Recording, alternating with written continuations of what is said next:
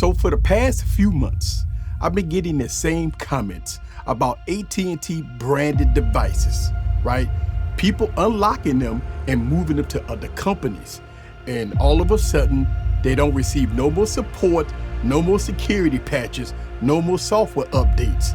So what the hell is going on here? Well, let me tell you the issues with AT&T. Sit back, relax, and get your popcorn ready and follow me on this journey. Let's go.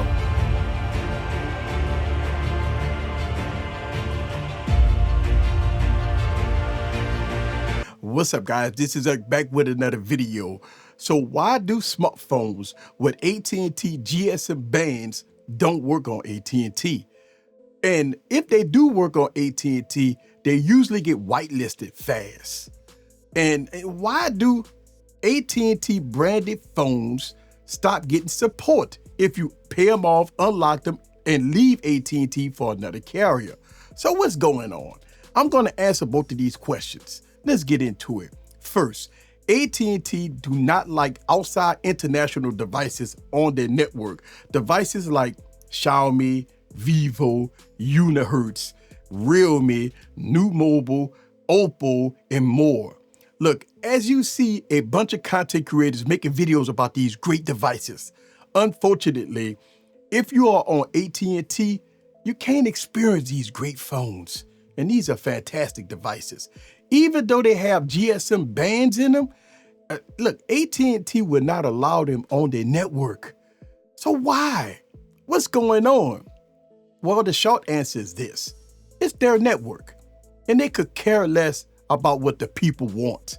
Pretty much straightforward. They don't call it the Death Star for nothing, right? Pretty much straightforward. They don't care, right? And number two, what happens if you get tired of AT&T shenanigans and you unlock your phone, pay it off, and you move on to another carrier?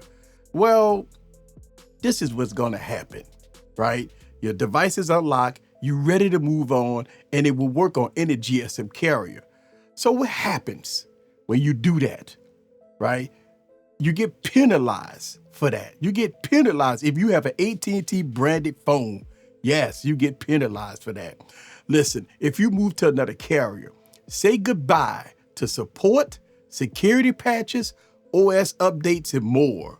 You would not receive nothing at all, and that's unfortunate. So this is the question I always get in my comments, right?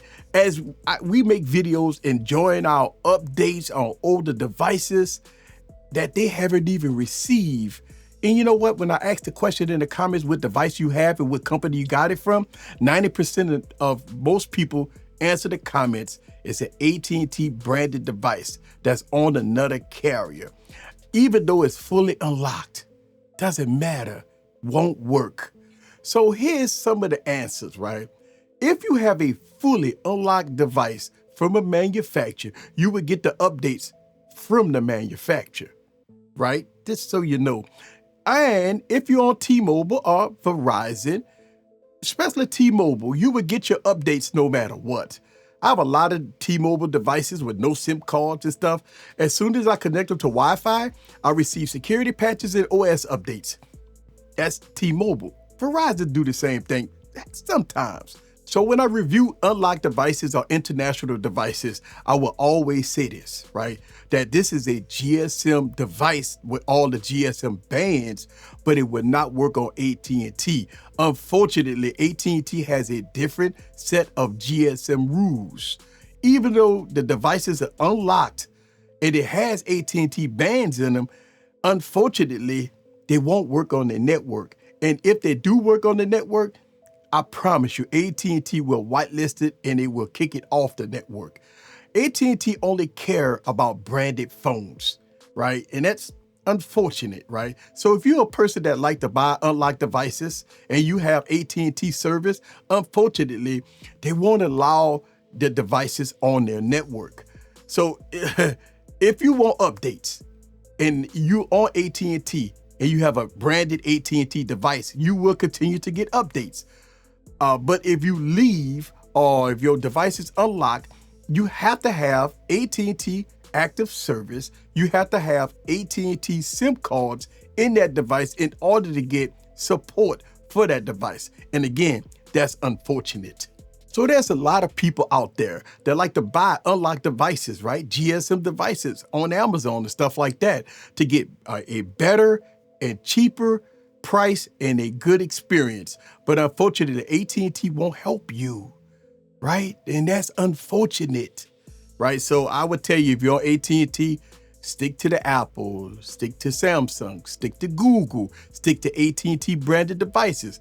You have some Motorola you can sprinkle in there. That's about it. So look, I'm making this public service announcement again because I be getting all these comments about how we enjoying all these good updates on older devices, and they have a same device and they're not even getting updates. And again, I'm in the United States. So, we have, the Verizon, the AT&T and the T-Mobile and other, smaller carriers. But on T-Mobile, you can have a SIM card. You don't need a SIM card. Long as it's on Wi-Fi, you will get updates. Verizon Wireless, pretty much the same way, right?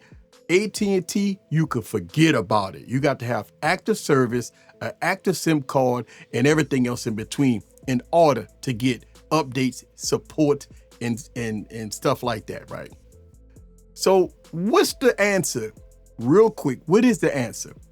Well, you could grab a prepaid AT&T SIM card for a month or 2 months or whatever, drop that in your device, get your updates. That's a cost factor involved, and that's unfortunate. Or you can go back to AT&T. Good luck to you. But that's the answer to those questions. This is Eric the Tech Preacher. Leave your comments down below. Let me know what you think about the Death Star. That's right, AT&T. See you guys on the next video. Peace.